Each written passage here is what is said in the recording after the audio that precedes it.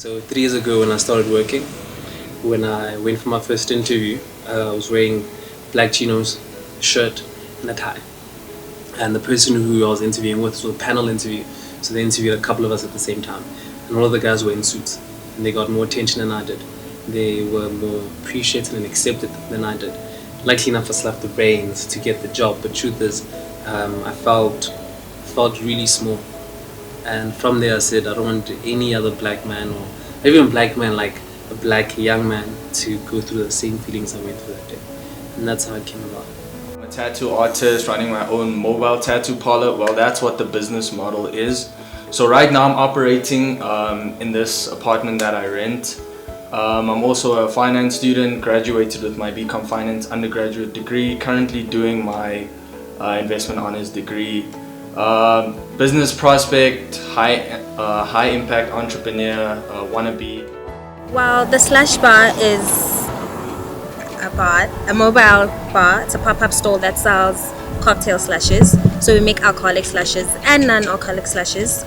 We make slashes out of, we don't use the normal movie slashes. We make slashes out of your normal cocktails that you mix in the club. Like if you like Hennessy and Red Bull, we slash a Hennessy and Red Bull, and that's what makes it different. Originally, Sneaker Shack came up. I had a business partner to start with. Her name is Amanda, and I think I had just been back from the States about 6 months or so. It was my birthday, and we were at a party, and we just got talking, and she told me about this sort of business idea that she had, and the idea was to get a place where people can clean their Converse. So it was just strictly sort of Converse, and I kind of went home and I kind of did a bit of research in what she was talking about because it kind of intrigued me. And then I did find certain other sort of models, working models, like Jason Mark in Los Angeles, Crep Protect in London. So these sort of boutiques were available or were out there. And then I think from there, I kind of told her to put together a business plan. If she was going to be serious about it, let's put together a business plan and kind of take it from there. And then, so that's when we started. And then a few months down the line, as you're going to find out the business, you tend to deviate from visions. Yeah. And we had a bit of a deviation.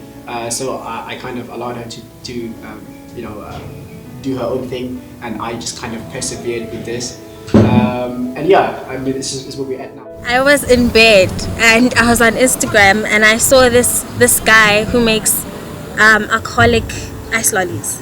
So I thought it was really cool, and they're 3D. I thought it was really cool. So I was thinking, how can I make this a thing like here in Joburg, because it's just so different. And then I went to my partner because I felt like we have the same mindset. And I went to her and I told her about the idea. But then we thought, no, let's make it a more different thing. Let's make slashes. So we started talking about how we can make the slashes a cool vibe and how we can make it something that everyone finds interesting, and then we decided, let's add alcohol into the slashes and let's actually mix alcoholic cocktails. Well, starting my own business in the middle of school for me is essential because I feel like in order to get ahead in society, you have to be an active student. You can't be a passive student.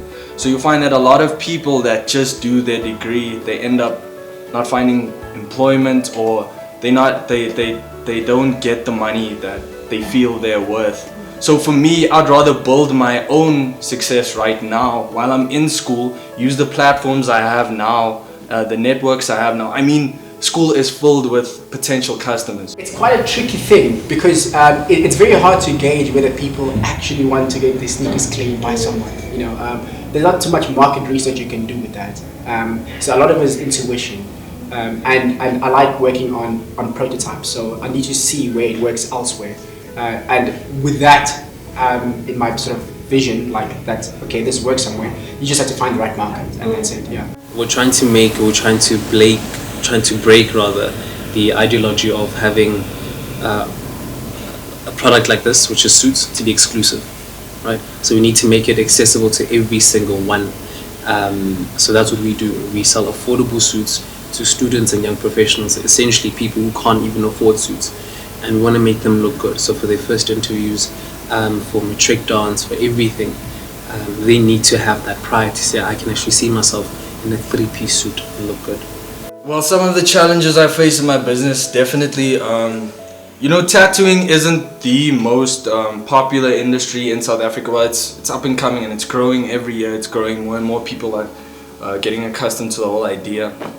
But starting out in 2012, it was really hard because finding a supplier is the hardest thing, especially operating as a sole proprietor, because you have to register your own business. You have to register with sanitary, disposable people and whatever, and they have certain requirements. You have to have a company listed and all of that. So there's all these regulatory requirements that you need to adhere to, and I'm sitting there like, yo, I'm in grade 12, I love this thing, it makes money, I know I can do it.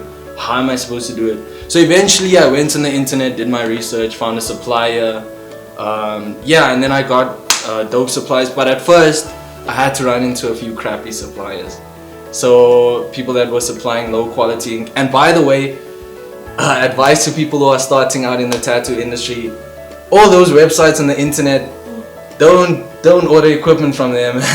There was an event where the machine was delivered before we got there, so they explained to the guy who was there that this is how you use the machine. He got the instructions wrong, and then he told us how to use it. It was wrong, and by the time the event had started, it wasn't frozen. And the people who hired us were so upset. It was like really bad and so embarrassing. So that's the biggest challenge, is the machine. Hiring the right people, it makes business 1,000 times better, because I am a terrible manager. I can't manage people. I expect them to manage themselves.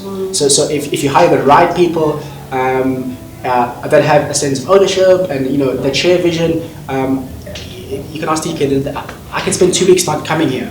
I'm not even phoning, but I come here and things are fine. So having that good relationship, it's all.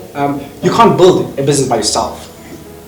So earlier on, if you have the privilege of building a team around you very early on, at early stages, I would say spend enough time finding the right people. I hate it when young entrepreneurs say my biggest challenge is capital, say my biggest challenge is finances. If that's your challenge, then you're not making business. I guess my biggest challenge is, honestly speaking, is overcoming like myself. When you're meeting with a client that you haven't seen before, you're nervous. When there's things that you need to do, you make excuses. So honestly, the biggest challenge is overcoming myself, because if you're passionate about something, you are going to do it nonetheless. We want to kind of shift slightly outside of the sort of streetwear lifestyle for various observational reasons, and move more into an active lifestyle. So we're not really after the Jordans, we're more after the Nike running shoes. But concrete stuff is to move out of here and find a store in West Bank. I see business going, or getting rather, to a point where we're an international brand. So where every single young, black, white, Indian young person can associate themselves with. My wish is to have like a truck, a pop-up truck. So like maybe we go to Stanton and we pop up, we open the truck, those VW cute trucks from the olden days, and we set up little chairs, people sit, come by, and also reach the point where people can come and mix their own drinks. So we have many different alcoholic flavors, and you just come and mix your own drink. That's my final goal. Yeah.